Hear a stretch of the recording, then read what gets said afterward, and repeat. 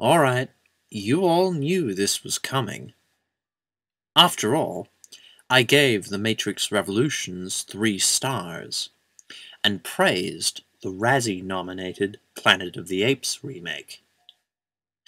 It's no secret that I enjoy some critically panned movies, and dislike many popular ones. So here goes. I didn't hate this movie. In fact, I would say that Revenge of the Sith is at least passable. It's good, but only just. Let me begin by saying that George Lucas seems more focused in Revenge of the Sith. Lucas's use of CGI is less gratuitous, for one. His scenes are generally tidier than those of the other prequels, with fewer distracting details.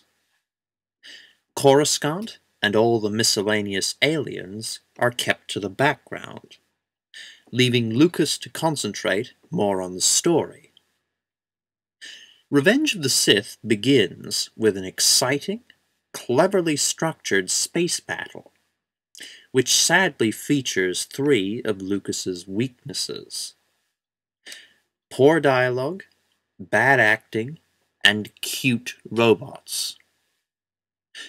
Ever since Return of the Jedi, Lucas has had a problem with silly additions to his films. Whinging robots with high-pitched voices offset the drama and tension of many scenes. It's hard not to smile at R2-D2's fun moments of heroism, but these silly robots deliver comedy where none was called for. Thankfully, 2 of Lucas's weaknesses improve as the film gains momentum. Lucas's screenplay is mostly adequate. The dialogue motivates the plot, but is rarely engaging. The acting remains terrible, but the silly, chattering robots are downplayed for the rest of the movie. The CGI may be less intrusive in Revenge of the Sith, but the effects themselves are still below par. Yoda looks laughably fake, and even the clone troopers are computer rendered. Save for the Wookiee makeup, the entire Battle of Kashyyyk, which I found boring, was done through CGI, and it shows. Even so, the effects in Revenge of the Sith are more consistent than those of the remastered original trilogy.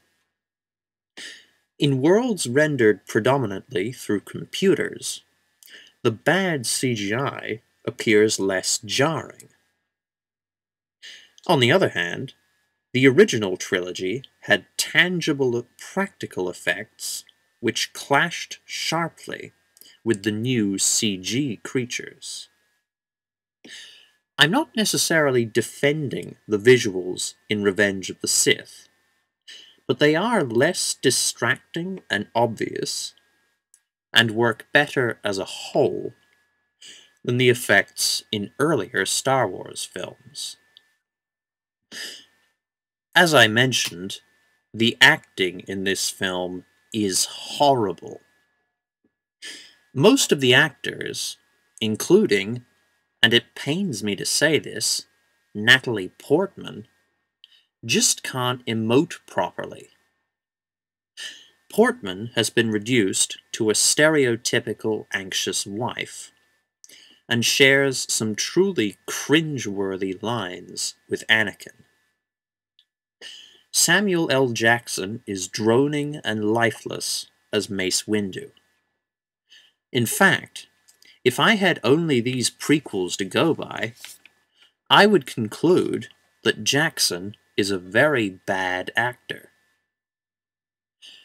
Ewan McGregor provides some relief as Jedi Master Obi-Wan Kenobi.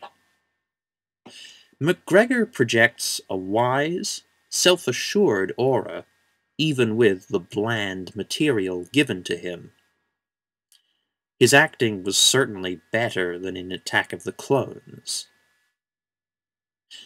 Hayden Christensen, meanwhile, is the most surprising performer of the bunch. He, like the hammy Ian McDiarmid, contributes an okay performance around half of the time. Christensen has just one setting in the prequels: morose, obstinate teenager. This one-track approach actually works fairly well in the Jedi scenes. Anakin reacts somewhat appropriately to the Council mistreating him, and we can therefore empathize with him. Unfortunately, Christensen has only the one setting in this film, and flounders miserably in the romance scenes. The actor slurs and mumbles his sentences and bears no depth or complexity for his character.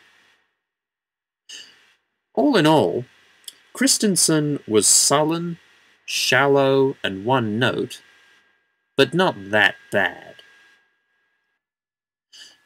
McDiarmid, as Spoonie observes, burns all his credibility after the Mace Windu duel. Until then, McDiarmid had been a sinister, manipulative figure, but his character grows unintentionally amusing toward the climax. It's only fitting, then, that Emperor Palpatine should face off with the Jedi's equally unlikely hero. I have never liked Yoda. In The Empire Strikes Back, Yoda's odd syntax and Grover-like voice completed a character I just couldn't take seriously. He may embody the fact that you shouldn't judge by appearances, but this green Muppet was a character I could easily do without. So when Yoda confronted Palpatine, the results were hilarious. These two are made for each other. "The Jedi Order is no more," Palpatine declares, to which Yoda retorts, "Not if anything to say about it. I have." Yoda is more grave and serious in the prequels, but this line was so contrived and jumbled that I almost laughed. Palpatine himself acts like a senile old man, but can leap incredible distances even after scarring himself with force lightning.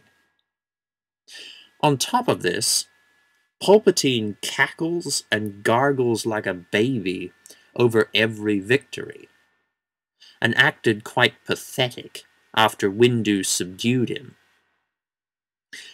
The duel between Yoda and Palpatine was quite thrilling, but the latter's gargling laughter eroded the scene's epic quality.